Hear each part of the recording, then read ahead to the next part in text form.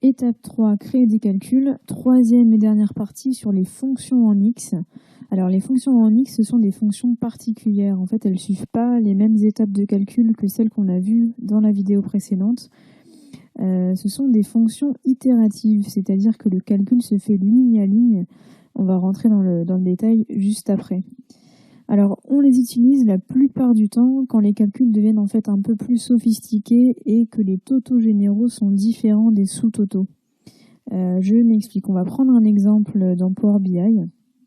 Donc ici, j'ai la même configuration que dans les vidéos précédentes, c'est-à-dire que c'est toujours l'exemple de ma société qui vend du textile en ligne.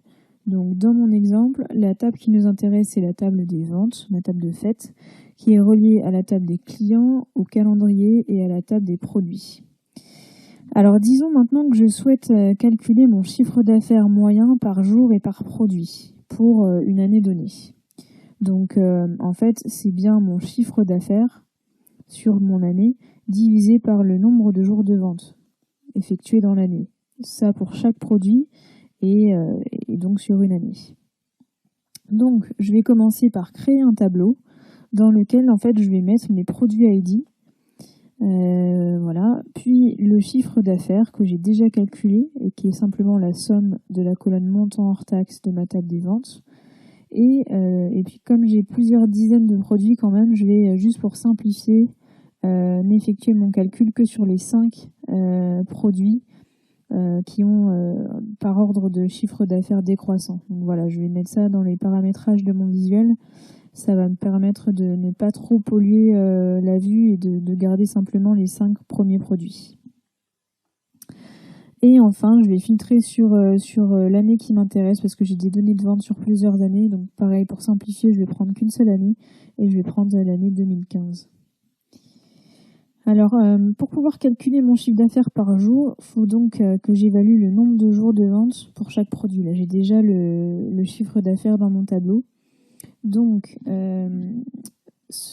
pour faire ça, je vais créer une mesure. Alors, petite précision, le nombre de jours de vente pour chaque produit. Pourquoi pour chaque produit? Parce que la date de mise en vente des produits est différente. Donc, chacun des produits n'a pas été vendu sur le même nombre de jours.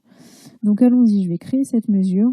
Donc nombre de jours égale, et donc là je vais utiliser la fonction distinct count pour calculer les valeurs distinctes de ma table vente et de la colonne date. Voilà, donc si je visualise cette mesure telle quelle, j'ai le nombre de jours de vente différents, tous produits confondus. Mais si je place cette mesure dans mon tableau, rappelez-vous les 4 étapes pour les mesures. Premièrement, je détecte les filtres qui sont ici l'année et le produit ID. Puis, deuxièmement, on applique les filtres. Donc, on crée une table des ventes virtuelle qui contient que les lignes de ce produit ID et pour l'année 2015. Puis, troisièmement, on effectue le calcul. Donc, on compte le nombre de valeurs distinctes dans la colonne date. Et ensuite, finalement, quatrième étape, on restitue le résultat. Puis, on passe à la ligne du tableau suivante, etc., etc. Ça, c'est les 4 étapes pour mesurer, pour effectuer le calcul d'une mesure entre guillemets classique. Donc, c'est ce qui se passe ici. Voilà, donc j'ai bien un nombre de jours différents selon mes produits. Donc maintenant, je vais calculer les ventes par jour. Donc je vais créer une nouvelle mesure, ventes par jour. Et donc cette mesure, elle est égale à la division de mon chiffre d'affaires sur le nombre de jours. Voilà. Et donc, d'ailleurs, j'ai bien référencé ma mesure, c'est-à-dire que j'ai fait appel à 2 mesures qui existent déjà, plutôt que de recréer tout un calcul en faisant appel aux mêmes fonctions que chacune de ma mesure chiffre d'affaires et nombre de jours. Voilà, je référence ma mesure, c'est une bonne pratique. Puis, je vais placer cette mesure dans mon tableau. Donc, on vérifie ensemble le résultat. Pour mon premier produit, par exemple, j'ai 39 226 € en chiffre d'affaires sur l'année divisé par 274 jours sur lesquels j'ai vendu ce produit. Et donc, j'ai 143,16. Donc ça match. Par contre, je vois qu'en bas que mon total est pas du tout égal à la somme de mes ventes par jour. Donc là, j'ai que des ventes par jour à plus de 100 €. Donc mon total devrait être au moins 500, même plus de 500 parce que j'ai 43 plus 17, on est déjà à 60. Plus 39, plus 11, on est à plus de 600. Donc là, ça va pas. Mon calcul est bon sur les produits, mais le total ne me convient pas. Alors qu'est-ce qui se passe? En fait, ce qui se passe, c'est que pour le total, Power BI applique ma mesure de la même manière que pour mes produits. C'est-à-dire qu'il fait donc le chiffre d'affaires 110 371, on va vérifier en même temps, qui divise par le nombre de jours, donc 353 au global. Et donc on obtient 312,67. Voilà. Donc c'est logique, hein, mais ça ne me convient pas. Moi, je veux que mon total soit égal à la somme des sous-totaux, donc à plus de 600 dans ce cas-là. Et donc, pour ça, on est dans un cas spécifique et on va pouvoir utiliser une fonction en X pour forcer, entre guillemets, nos totaux à être la somme des sous-totaux qui précèdent. Donc, l'anatomie d'une fonction en X, donc c'est comme ça. D'abord, on lui place en premier argument une table. Alors, cette table, elle peut être une colonne d'une table qu'on a déjà, mais attention, les valeurs doivent être distinctes. Quand on place cette table en argument d'une fonction en X, les valeurs doivent toujours être distinctes. Pourquoi? Parce que une fonction en X ne va pas appliquer 2 fois le même calcul sur 2 lignes identiques. Voilà, donc pour les rendre distincts, on peut notamment s'appuyer sur 2 fonctions. La fonction values, qui permet de sortir une table qui contient les valeurs distinctes présentes dans une colonne. Ou alors, on a aussi la fonction filter, qui permet donc de sortir une table selon un certain nombre de critères. Donc, dans certains cas, ça permet aussi de sortir une table avec des valeurs distinctes. Donc, dans notre cas, notre table, c'est nos produits ID. Donc, c'est, en fait, on va utiliser la fonction values. C'est values des produits ID de ma table vente. Ensuite, la fonction en X va évaluer une expression pour chaque ligne de la table. Alors, cette expression, c'est soit une mesure qu'on a déjà définie, ou alors ça peut très bien être une expression en DAX, entre guillemets, classique. Et donc, ce qui se passe dans le traitement d'une fonction en X, la fonction en X, donc, elle va d'abord évaluer une expression pour chaque ligne de la table. Donc, on est à la première ligne, et donc elle va appliquer ce calcul sur cette première ligne. Mémoriser le résultat, et puis, quand elle est à la dernière ligne du tableau, donc si elle n'est pas à la dernière ligne du tableau, évidemment, elle passe à la ligne suivante. Mais quand elle est à la dernière ligne du tableau, elle va additionner, dans le cas d'un SumX, ce qui est le cas ici, tous les résultats ensemble. Donc c'est seulement à la dernière ligne qu'elle va compiler tous les résultats qu'elle a stockés. Donc soit réaliser une somme dans le cas d'un SumX, soit prendre le max dans le cas d'un MaxX, etc., etc. Voilà, donc si vous avez des problèmes avec une fonction en X, revenez vraiment à ce schéma et à ces étapes, redécoupez le traitement qui est effectué, ça vous aidera vraiment à y voir plus clair. Donc maintenant, on va pouvoir appliquer tout ça à notre exemple, donc on va créer une nouvelle mesure pour laquelle on va se servir d'une fonction en X.